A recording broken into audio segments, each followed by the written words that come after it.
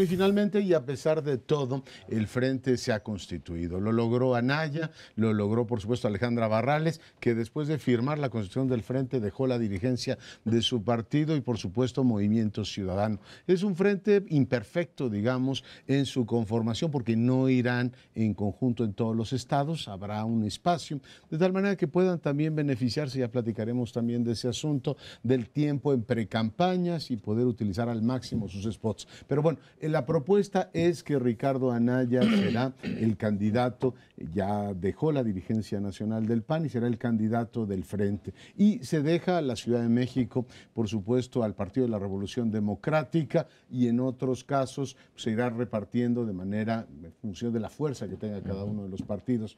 Lo que ha ocurrido en Acción Nacional es, por supuesto, algo previsible, ya lo había dicho Margarita Zavala al separarse, lo había dicho Moreno Valle. Finalmente, lo que ha conseguido Ricardo Anaya es controlar el poder en el Partido de Acción Nacional, y se destapó con 10 de los 11 gobernadores del Partido de Acción Nacional, más otros liderazgos. Por supuesto, él consigue esta candidatura. Lo que no está claro es que a partir de ahora la lucha política empiece a centrarse en torno precisamente a el propio frente, o queda diluido por el efecto del midismo. Pero en fin, pongo sobre la mesa este frente que, a pesar de los pronósticos negativos, llegó a constituirse. Creo que vale la pena analizar el frente en términos de quién gana en estos partidos, porque este esfuerzo monumental que comenzó en mayo y que después se fue un poco desfigurando y finalmente cuaja este fin de semana. Creo que en este caso ganan los tres partidos. En primer lugar, el Frente se convierte en una coalición electoral, en una elección, en una alianza primero electoral que ellos dicen que permanecerá en el futuro como un gobierno de coalición, pero que convenía finalmente a los tres partidos. El PAN, desde luego, era el partido más competitivo de los tres, pero tenía pocas posibilidades de triunfo sin el apoyo de lo que hasta ahora muestran las encuestas sería el 2 o 3% de Movimiento Ciudadano y el 6 o 7% del PRD, que se irán moviendo a lo largo del tiempo. Entonces, al frente mismo lo hace competitivo frente a otras dos coaliciones que ya están perfectamente perfiladas, el PT y Morena por un lado, PRI Verde y casi seguro PANAL y PES, ¿no? Sí. Entonces, se va a volver como una elección a tercios. Del lado del PAN, ya dije, gana porque solito no era competitivo.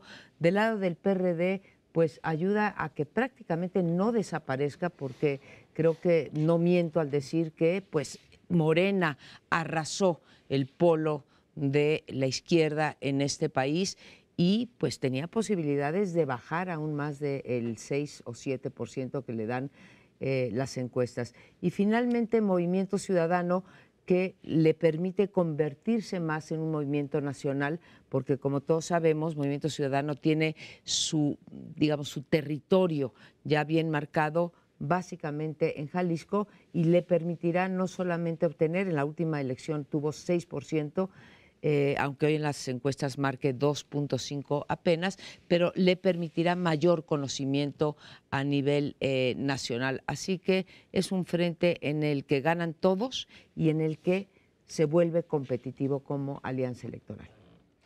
Bueno, en Roma se hablaba de pan y circo. Con el frente es mucho circo y poco pan. Porque, vamos, ¿a qué me refiero? Observemos, ya no la posibilidad de que Anaya se haga más competitivo, indudablemente, y eso, que eso va a ser más divertido y más entretenido, la elección, por supuesto, pero en términos del deseo de transformación de las reglas del sistema político, hay muy poca sustancia. De hecho, yo no le veo grandes transformaciones. Primeros, en la cúpula son los mismos de siempre. No hay ninguna novedad. Vamos, en algún momento en el intermedio se pusieron Frente Ciudadano por México, luego se dieron cuenta que no tenían la capacidad de atraer a los ciudadanos en esta etapa, en la etapa de toma de decisión, y quitaron los ciudadanos, lo cual me parece lo más sensato. Pero tal vez el espectáculo más lamentable fue el reparto público de las candidaturas, vamos, de los cargos. Fue un reparto entre las respectivas tribus, lo cual se entiende, es parte del pragmatismo, pero sin embargo, en términos del deseo que muchos sentimos por una transformación, pues se esfuma con su práctica. En el discurso de Ricardo Anaya, él critica a Fox y a Calderón porque no cumplieron con el cambio que prometieron. Bueno, pues es un poco más de lo mismo, tampoco está cumpliendo por ahora. Lo cual lleva a que pues va a ser un acto de fe el que quienes les piensen en votar por ellos, crean que Anaya, Barrales, Dante Delgado van a cumplir lo que están prometiendo, lo cual en este mundo cada quien tiene el derecho a creer en quien sea. Si en Roma Calígula creía que un caballo podía ser un buen procónsul, bueno, pues aquí a lo mejor Anaya puede ser un buen presidente. Yo creí que ibas a decir un buen caballo. También el título que se le podría poner a esto, aprovechándonos de uno ya existente, es el del fin de las ideologías. Aquí tenemos a partidos, dos partidos, porque el Movimiento Ciudadano lo pongo aparte de los partidos. Dos agrupaciones políticas, sobre todo el PAN, que nació en 1939 para enfrentarse a Cárdenas, enfrentarse a su política de distribución de la tierra, de nacionalización del petróleo, de apoyo a los sindicatos. Nada de eso quería el PAN. El heredero del cardenismo es el PRD, y ahora están del brazo y por la calle. Los dos a partir un piñón. Quiere decir que en el paso del tiempo se disolvió este origen en que los ponía a los dos como portaestandartes de proyectos nacionales muy distintos. El del PAN de los años 30, que por cierto tenía sus simpatías por el franquismo, y ahora el heredero del cardenismo. Y Anaya ha prometido algo. A la hora de presentarse, tiene que deshacerse de sus antecesores. Para un lado Fox, para el otro lado Calderón, vámonos a la basura de la historia. Ha dicho Anaya algo bien importante. Dijo que él está por el cambio de régimen. Cambio de régimen. Esto es sustantivo. Cambiar de un régimen a otro significó la independencia en México. Cambiar de un régimen a otro significó ponerle fin al porfiriato y entrar en la revolución y la posrevolución, en el priismo. Un cambio de régimen es un cambio sustantivo de reglas. ¿Para quién? ¿En favor de qué? Nos ha dicho nada más que el cambio de régimen. Pero es una promesa, Sergio, enorme la que dijo, la que hizo, sin entrar en detalles. Bueno, la oferta principal es que el cambio del régimen no será un cambio así sustantivo, sino pasar del presidencialismo al gobierno de coalición, lo que están repitiendo de una manera constante, y creo que es lo que han pactado, ¿eh? Finalmente el botín se lo han repartido de una manera pues muy clara. Ya Mancera aceptó hoy nuevamente que sí aceptaría ser el candidato a fiscal, es decir, no va ni de senador, ni va efectivamente como coordinador de campaña de Anaya. La función de fiscal sería efectivamente algo apropiado. Movimiento Ciudadano ha, digamos, defendido sus cuotas, y en el caso de Ricardo Anaya, pues logra cohesionar una parte del PAN y compensar las pérdidas que supuso, bueno, pues la salida del calderonismo. Habrá que ver qué alcance tiene ya en el momento del desempeño electoral, y por supuesto los senadores, como les llaman, rebeldes, que ya claramente han definido que irán Conmigo, yo no sé todavía cuál va a ser la postura de Moreno Valle, ni sé tampoco la de Luis Ernesto Derbez y otros de los aspirantes que en su momento dijeron, oiga, si no es más o menos claro el método, que no es claro, o si es claro, es un dedazo, es decir, claramente es Anaya el candidato, si ellos, digamos, van hacia el midismo o efectivamente se quedan en el Partido Acción Nacional. No lo sé. En todo caso, yo creo que la jugada a Anaya sí le salió la interna, es decir, la apuesta por ir en contra del calderonismo y el foxismo es una apuesta, yo creo que ganadora en un panismo que empieza en este caso como a tratar de depurar su pasado y no deja de ser profundamente llamativo que todos los partidos estén haciendo campaña diciendo en realidad hay que abdicar de todo lo que hemos hecho hasta ahora. Es más, vamos a tratar de presentar candidatos lo menos parecido posible a lo que hasta ahora ha sido nuestros signos de identidad. Y termino en la capital de la República, donde le dejan al PRD la posibilidad de elegir entre 3 candidatos. Yo no sé si Barrales tenga escriturada la candidatura, Agüed y Chertorivsky han salido y la historia reciente del Partido de la Revolución Democrática demuestra que casi como en cualquier otro partido, el tema de las traiciones y los ajustes al final se pueden dar de una manera imprevista. Por tanto, aquello que Anaya consiguió, que es sentarse en la silla de la candidatura, no estoy seguro que Alejandra Barrales lo tenga en la capital, pero vamos a hablar de eso en el siguiente bloque, ¿no? En realidad esto de cambio de régimen, si se reduce a lo de gobierno de coalición, no sería tal cambio de régimen, ¿no? Porque el presidencialismo no se anula ni siquiera con el gobierno de coalición. Yo supongo que en un gobierno de coalición, igual que decías, Sergio, que se repartieron ahorita las cuotas, que se las repartieron 45 o 40, 15, 40, 30, 15, y dejaron ahí un cachito, quién sabe para qué. Pues lo mismo ocurrirá en el gobierno de coalición, ¿no? Pues se repartirán por cuotas las secretarías de Estado, etcétera. Así que, tanto así como cambio de régimen, yo no estoy esperando.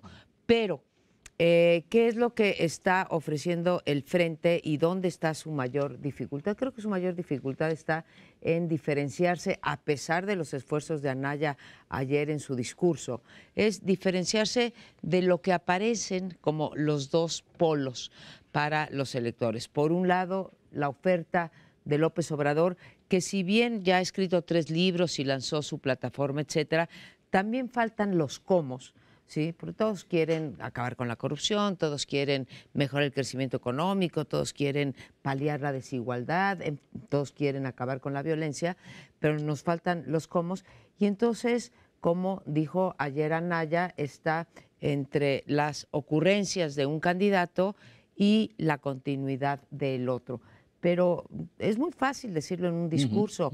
En realidad, posicionarse como una alternativa para el Frente no lo veo nada fácil porque no nos está proponiendo tampoco nada distinto a lo que fue ni a lo que quiere Andrés Manuel López Obrador que sea.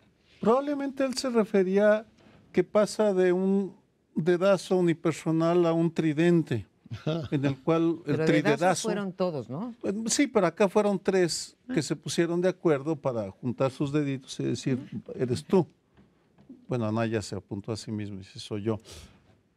Por lo pronto, a reserva y con la mejor disposición de que dejarme sorprender, pues yo no les veo nada novedoso, nada que entusiasme ni programática ni carismáticamente, porque, bueno, tal vez sí, Anaya es articulado, habla clarito, se le entiende, pero fuera de eso, pues no le veo espolones al gallo, aunque pues como en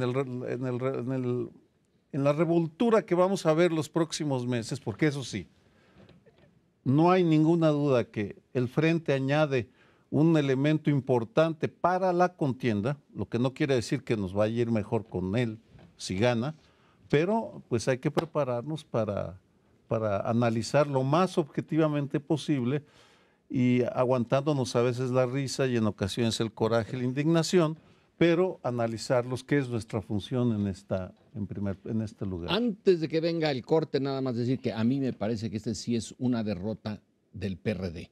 Tener que depender del PAN es históricamente el fin Pues pasó del crematorio a la ambulancia, pues estaban perdidos. Yo digo que el Frente, ya para irnos a la pausa, tiene un problema muy serio en su vida, y es que los partidos que lo integran gobiernan más de la mitad de las entidades del país. Por tanto, pues no hay mucha novedad en su ejercicio de gobierno que nos puedan contar. Pero bueno, ahí está una realidad que efectivamente los acredita o los condena. Hacemos una breve pausa, regresamos en un instante.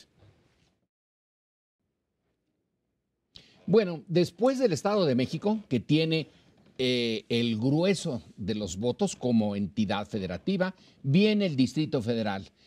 Una situación bien contrastante, ya lo ha dicho Sergio en varias ocasiones, siendo tan vecinos, tan juntos, somos muy diferentes, la Ciudad de México y el Estado de México. Aquí sí hay una lucha, pero de hace mucho tiempo, de hace décadas, en contra del gran poder dominante en la estructura nacional. Fue una piedra en el zapato para el PRI, y ahora está más abierta que nunca la pugna por esta ciudad que, si quitamos los votos, es el centro económico, político, cultural del país. Durante mucho tiempo tuvo el PRD el dominio de la ciudad. ¿Quién sabe qué les venga ahora? Pero la pluralidad es hoy el signo característico de esta ciudad. El PRD mismo presenta 3 precandidatos, y desde luego el PRI sacó uno que yo francamente lo confieso aquí a mis colegas, no esperaba que el señor Arriola fuera el candidato del PRI, y la candidatura de Morena, esa sí era más bien predecible y fue producto de un choque durísimo dentro de Morena. Sheinbaum es entonces la candidata de Morena. Hay, por lo tanto, ahorita por lo menos 5 personajes en la disputa. Mira, hablando de dedazos, creo que en el único caso que no podemos hablar de dedazo es en quién será el candidato por el Frente de la Ciudad de México. Sabemos que Miquel Arriola fue un dedazo de la estructura priista o de la cúpula o del presidente, como queramos decir, o de Luis Videgaray o de Pepe Mid, lo que ustedes gusten.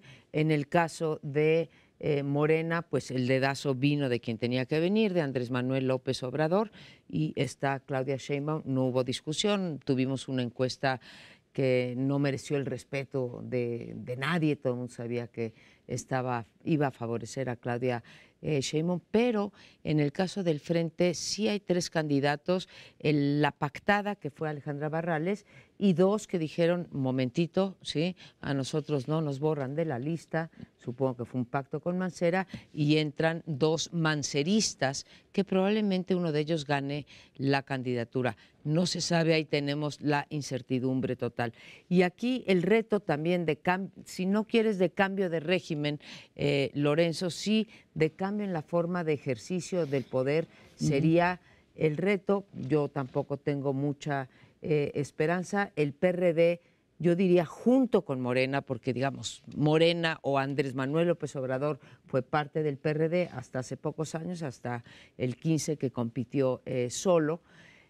Han gobernado esta ciudad y deja mucho que desear la forma en que se ha gobernado esta ciudad. El ejercicio del poder ha sido pues prácticamente igual que el ejercicio de poder del PRI o del PAN ahí donde gobierna, lleno de clientelismo, de dinero ilegal en las campañas, de falta de transparencia, de corrupción. Es muy lamentable, y pues así como hay muchas personas que dicen, no, el apellido, hay gente que dice yo votaría por mí, pero con el apellido PRI no puedo votar.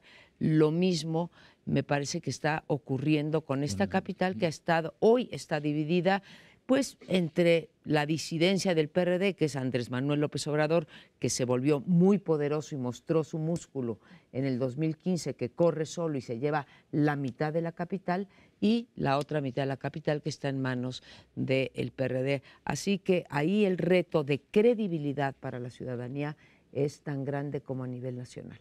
A mí me parece que la capital de la República tiene una característica particular y es que su vida local es más bien pobre, vive dominada por la política nacional y el hecho de ser una ciudad visible, con una cultura política muy marcada del antipresidencialismo, le ha dado el toque esta que es una ciudad progresista y abierta, cuando en realidad no es ni tan progresista ni tan abierta, es una sociedad dominada, como lo dice María Amparo, las delegaciones se controlan por clientelas y la política de los recursos se utiliza, es decir, compra de votos de una manera directa, el clientelismo en su máxima expresión es un asunto de todos los días y la oposición para todo efecto práctico no existe. Ahora tienes un PAN que se alía con el partido al que se ha opuesto desde el 97, se diluye absolutamente y tienes un PRI que se toma sabáticos largos, sabáticos de 6 años y cada que hay elecciones viene y trae una figura, ¿no? Trajo a Silva Herzog, después trajo a Beatriz Paredes y ahora le dice a Mikel Arreola, a ver, tú entra y compite, pero en realidad el PRI no existe como una estructura que ejerza, contrapese el gobierno en la ciudad, lo cual le da una particularidad muy extraña a una capital que gasta mucho dinero. Repito, tenemos el Congreso más caro de todo el país y no parece ser relevante para prácticamente nadie. O sea, y a partir de ese presupuesto millonario se hace clientelismo atroz. Y lo que hoy tenemos es pues una disputa clarísimamente dividida entre un Morena que sigue teniendo un peso enorme en López Obrador. Todas las encuestas indican que es el jefe de gobierno que recuerdan con más cariño la gente. Sigue siendo una figura mucho más que el ingeniero Cárdenas, mucho más que todos los demás. Sigue siendo una figura, una especie de gran planeta que atrae la simpatía de la opinión pública y en torno a eso se articuló la candidatura de Sheinbaum, porque no parece que haya despegado ni ella ni el conjunto de gestiones delegacionales de los morenistas. Han tenido Xochimilco, donde el delegado ahora en épocas de crisis lo echaron a patadas. Y en general han sido cuestiones más bien medianas, incluida la de la Cuauhtémoc con Ricardo Monreal. Por lo tanto, es la figura de López Obrador la que articula Morena, de tal manera pues que la disputa será eso, ¿no? Es decir, un López Obrador que sigue siendo potentísimo en la capital frente que yo estoy casi seguro que va a ser Salomón Chertorivsky el candidato, pero bueno, tiene que ver más con cálculos de lo que ha sido el PRD en los últimos años. Ahí lo dejo. Fascinante el tema cuando se mete uno a la política local, que hay que modificar las variables en relación a las elecciones federales, que se mueven con otra tesitura y otra armonía incluso. La capital... ojalá y en alguno de los programas de fin de año hagamos una evaluación de 20 años de perredismo, porque hace 20 años que llegó el ingeniero Cárdenas con un zócalo pletórico, entusiasmado porque llegaba a la izquierda. ¿Qué ha pasado en estos 20 años? ¿Qué podemos decir? ¿Hemos mejorado? ¿Hemos empeorado? Creo que el balance es muy desigual, por supuesto. No podemos negar los avances en algunas garantías de algunos grupos específicos que están mejor ahora que antes, la comunidad gay, por ejemplo, la diversidad sexual, adultos mayores, es decir, hay avances por aquí y por allá, pero sin embargo el deterioro del PRD se refleja en el deterioro de la capital, porque en efecto lo que uno observa y aclaro, estoy haciendo investigaciones sobre el tejido social en la capital y lo que estamos encontrando en la delegación Cuauhtémoc, que es la que estamos investigando, es parte de un proyecto de violencia y paz del Colegio de México, es la enorme conflictividad en las calles y cómo el ciudadano que se involucra en la defensa de derechos tiene que coexistir, flotar entre la legalidad y la ilegalidad, porque existen poderes paralelos. En cualquier espacio público de la capital se tiene que negociar con la delegación o el gobierno central, pero también con el que controla a los franeleros, a los ambulantes, el que vende la droga, el que cobra el derecho de piso. Es decir, la ciudadanía vive atrapada entre esos dos poderes.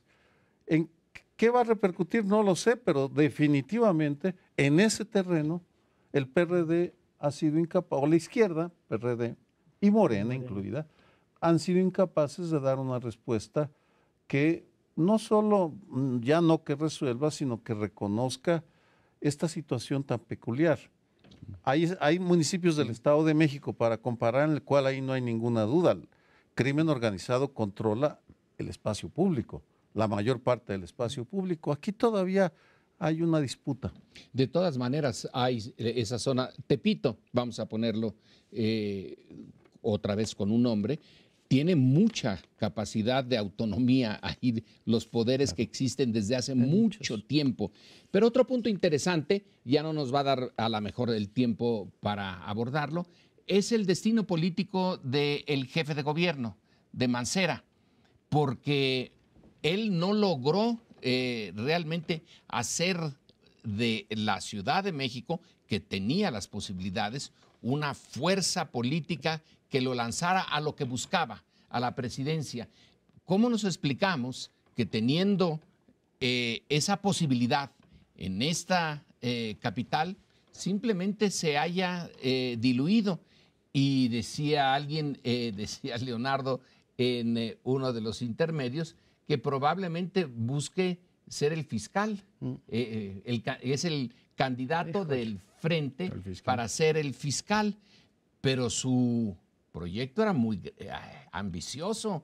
¿Qué le pasó a la Ciudad de México y a su jefe de gobierno? Bueno, pues lo arrollaron las estructuras partidistas. Creo que él pensaba tener mucho más fuerza, tenía mucho dinero en la Ciudad de México y pensó que podría lograr imponerse. Me parece un despropósito a estas alturas hablar ya de quién va a ser el próximo fiscal general y decir que un individuo como Mancera, que está perfectamente identificado con un partido, aunque formalmente no lo sea, se esté ya candidateando y ya me habla de cómo va a gobernar el frente, si va a mandar una persona pues tan cuestionada por la impunidad, la falta de transparencia, la corrupción que hay en esta ciudad. Pero diciendo de lo local, que decías, cada uno tiene su particularidad, en el caso de elecciones presidenciales, Sergio, creo que la apuesta de los tres partidos, aún no sabiendo quién va a ser todavía el del frente, se apuesta a que el candidato presidencial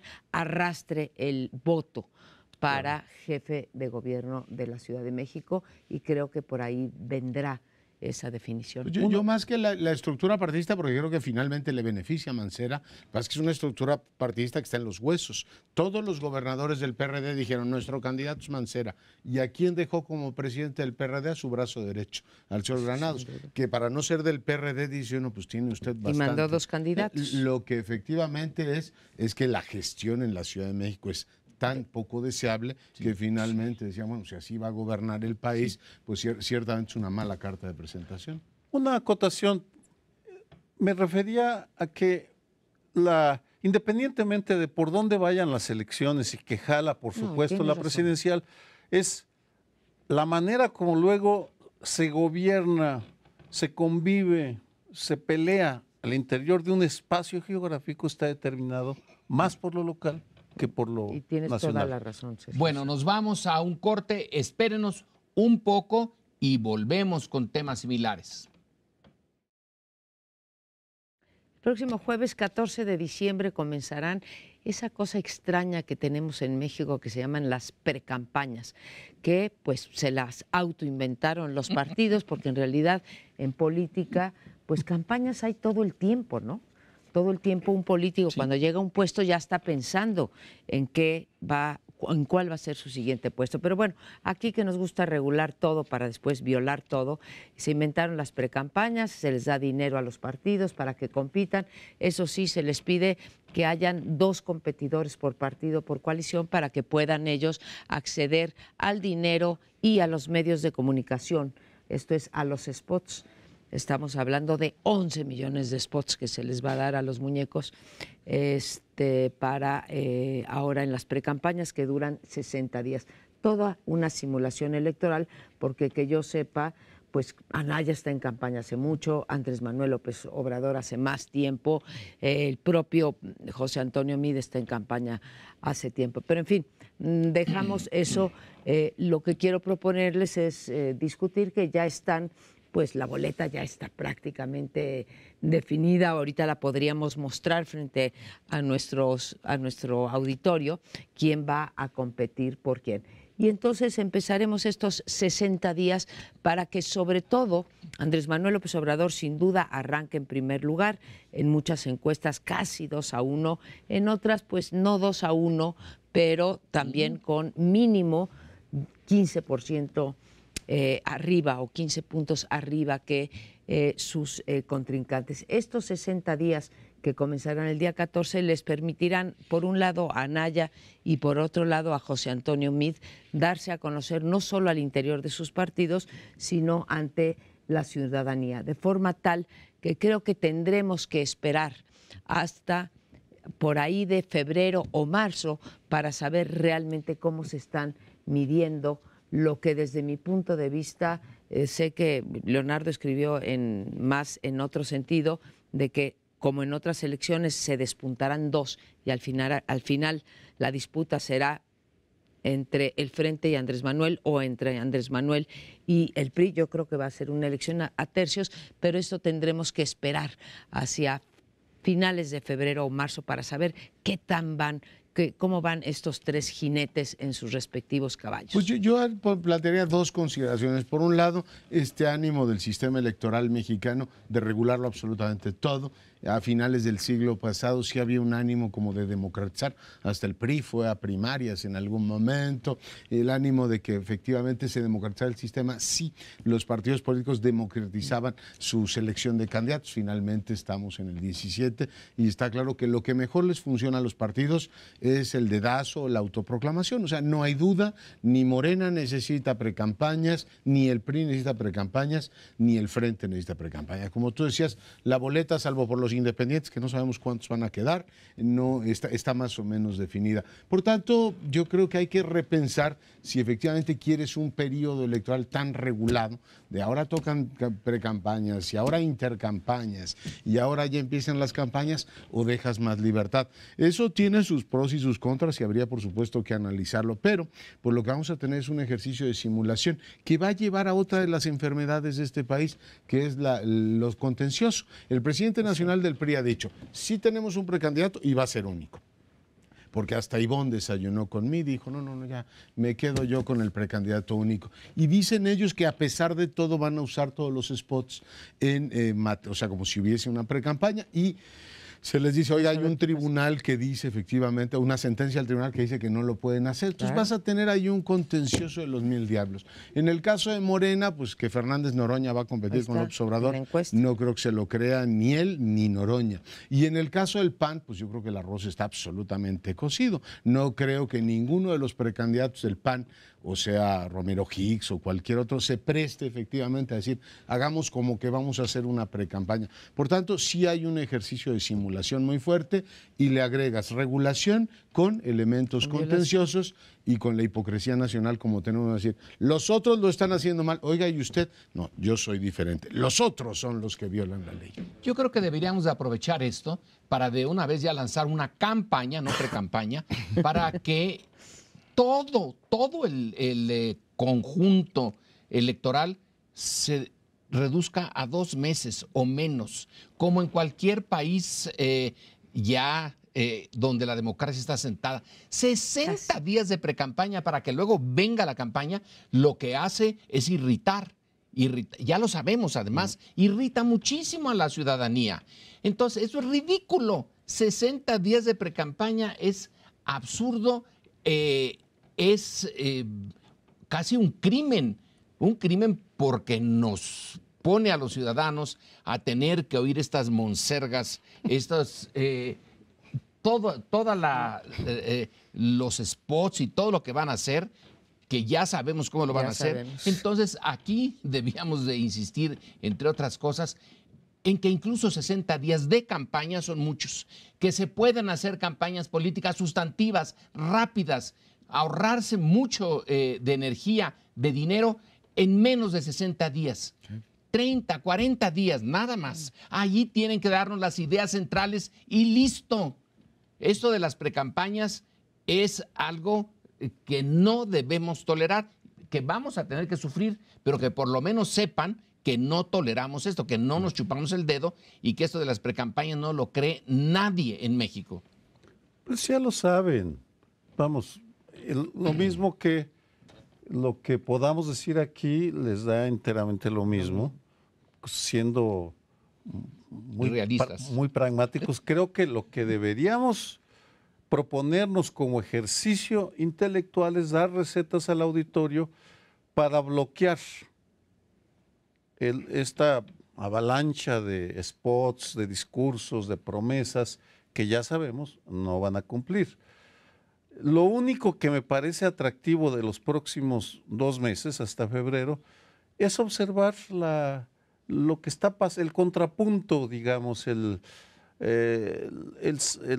espectáculo paralelo de los candidatos independientes, sobre todo del Bronco y de Margarita Zavala, porque ahí sí hay algo de carnita. Por ejemplo, ver cuántas irregularidades puede cometer el Bronco sin que el INE diga media palabra.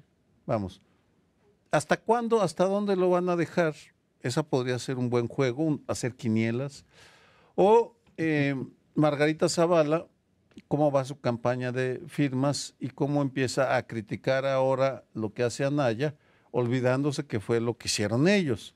Vamos, es decir, tomárnoslo un poco a la ligera, Lorenzo. Yo entiendo y a mí también me indigna y me ofende, pero también pienso que deberíamos ayudarle al auditorio dándole sugerencias de cómo no inocularse, porque es imposible, no te puedes escapar. Van a brotar por todos lados los merolicos con sus discursos vacíos de contenido, pero ¿cómo los podemos manejar para que sean lo más tolerable posible? Es que es difícil con este sistema que tenemos. Decía yo que iba a haber 11 millones de spots en precampañas. Si los junto con las campañas, nos vamos a ir a 52 millones de spots. ¿Sí? Y por más que hemos querido, claro, no decidimos nosotros, deciden los propios partidos y por lo tanto se sirven con la cuchara grande. Desde el 2007 que se inventaron estas cosas, hemos dado muchas propuestas. Una de ellas es la chilena, que tiene 2 barras, una en la mañana y otra en la noche, en prime time, ¿sí? En donde se les dan 4 o 5 minutos, no estoy segura, a los partidos. Y si nosotros estamos viendo el televisor, cosa poco probable en la mañana, ¿verdad?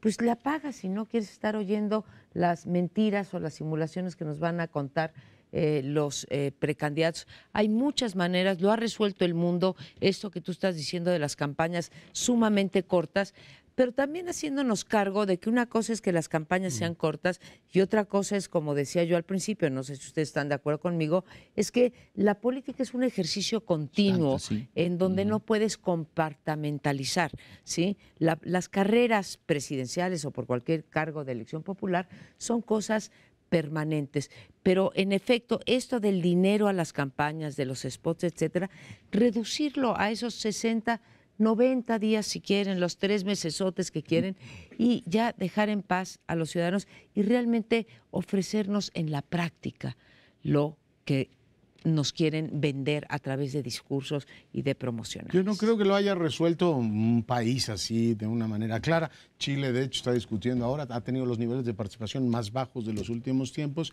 y hay un desencanto con la democracia. Una de las expresiones es el modelo, la gran conversación pública que a la gente pues no le resulta cercana, ¿no? Y a golpe de spots en México, pues por supuesto que menos, ¿no? La mayor parte es refractar eso. Sin embargo, hay que decir que los políticos en México viven encantados en la República del Spot. Todos los tiempos o los espacios que han tenido para modificar esto, hace poco tuvimos lo del piso parejo, que el INE lo reglamentó y el tribunal dio para atrás con la impugnación de un montón de actores. Oiga, si yo vivo muy a gusto metiendo spots, a mí no me quiera meter a debates ni construcciones complejas. Yo prefiero decir que yo voy a salvar a la República con un nuevo régimen y hacerlo en 30 segundos y no me refuta nadie. Yo creo creo que sí hay una inercia brutal del condominio de partidos, y la otra pues es un tema pero mucho más largo, y es qué haces con los políticos en tiempos intercampañas, ¿no? Es decir, buena parte de ellos no tienen una cosa a la que dedicarse. Mexicano. No, es que es una cosa muy grave. En un régimen parlamentario tú los tienes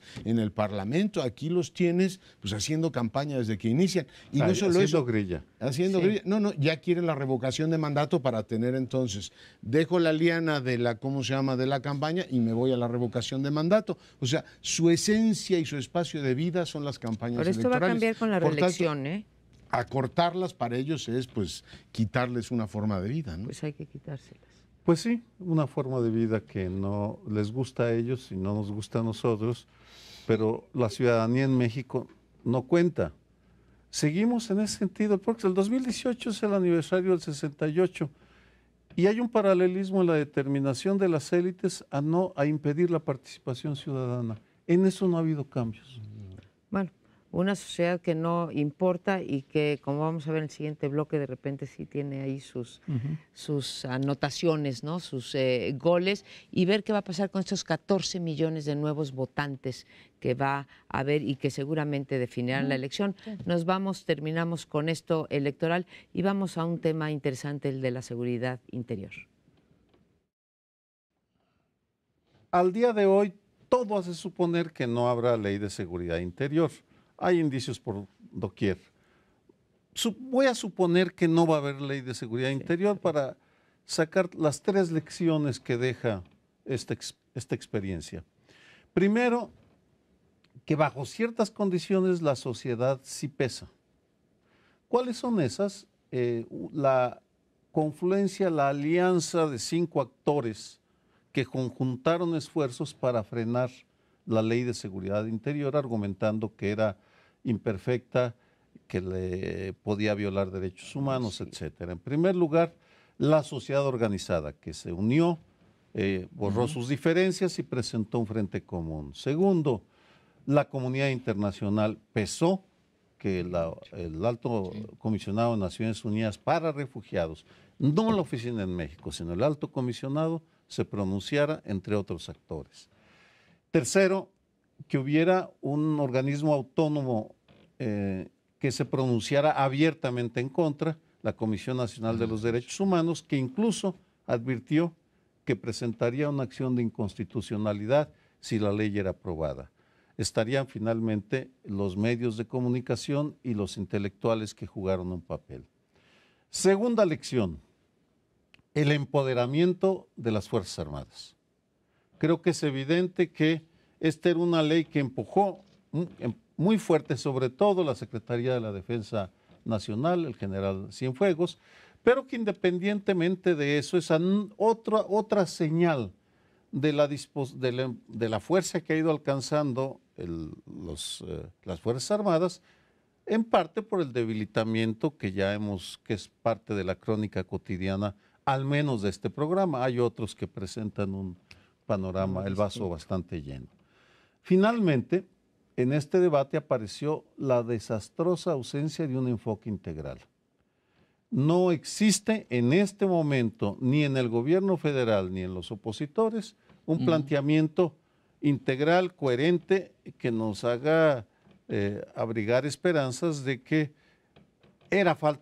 hace falta una ley de seguridad internacional que esté... De interior. Una ley de seguridad interior armonizada con una visión de seguridad nacional mucho más amplia de lo que tenemos ahora.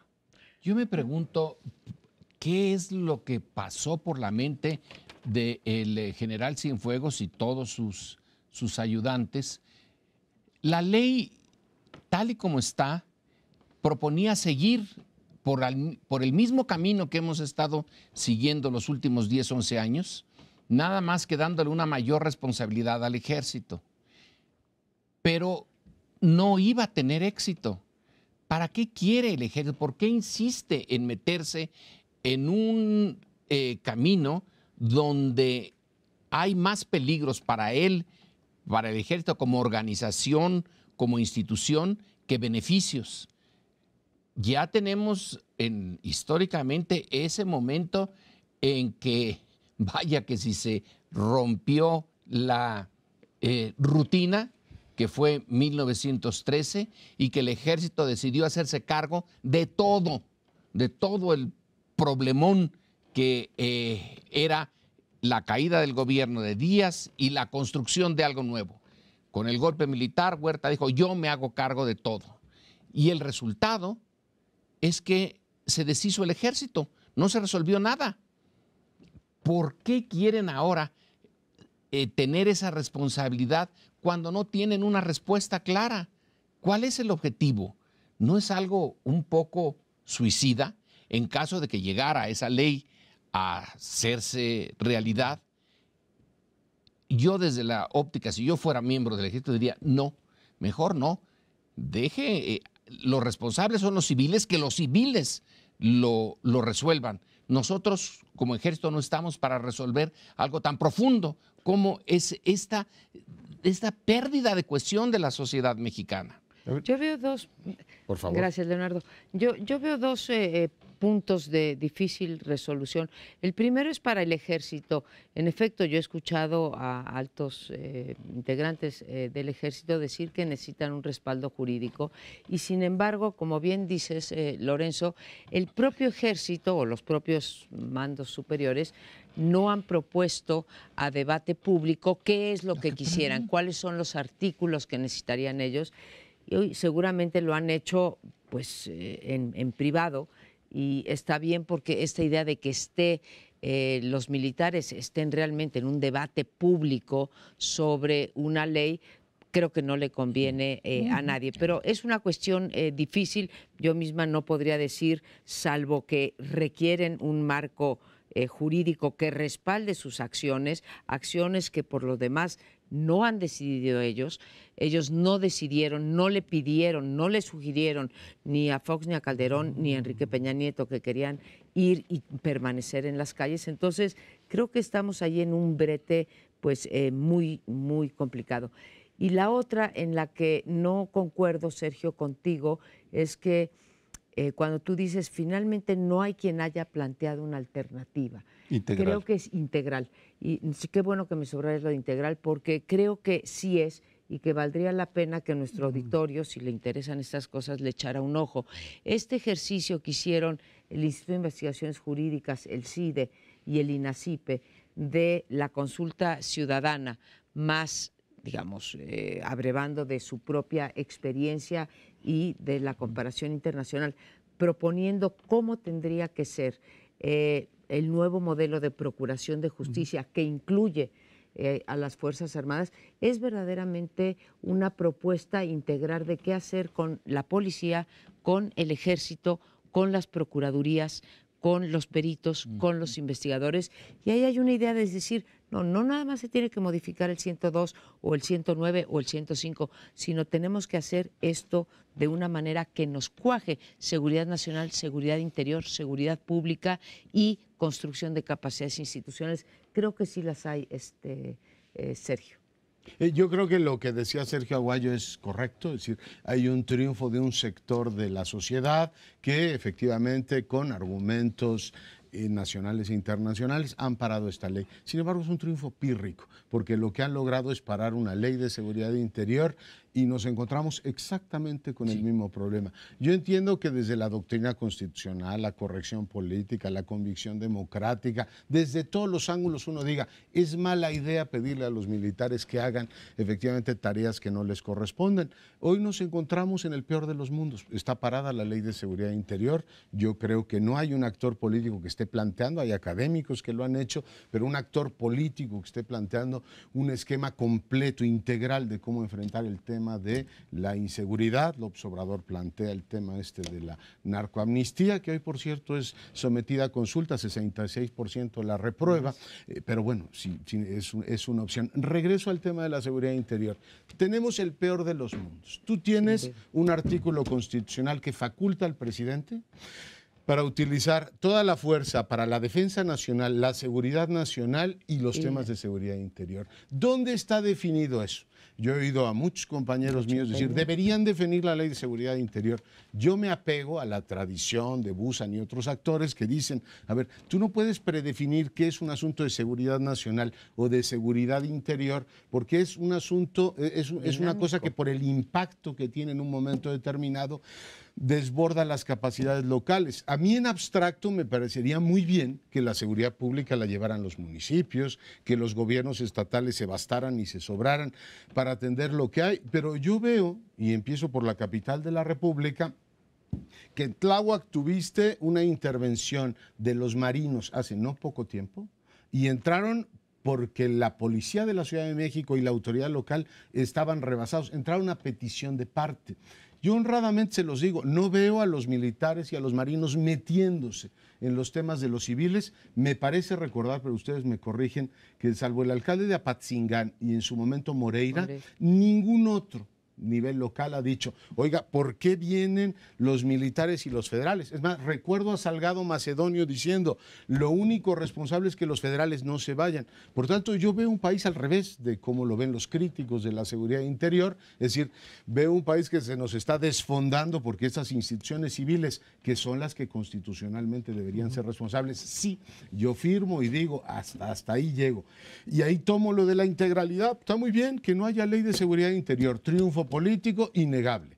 Bueno, nos quedamos con instituciones tremendamente débiles en lo local y tienes, y ahí viene mi defensa de la Ley de Seguridad Nacional, de la Ley de Seguridad Interior, la posibilidad de reglamentar en qué condiciones y por cuánto tiempo despliegas la Fuerza Armada.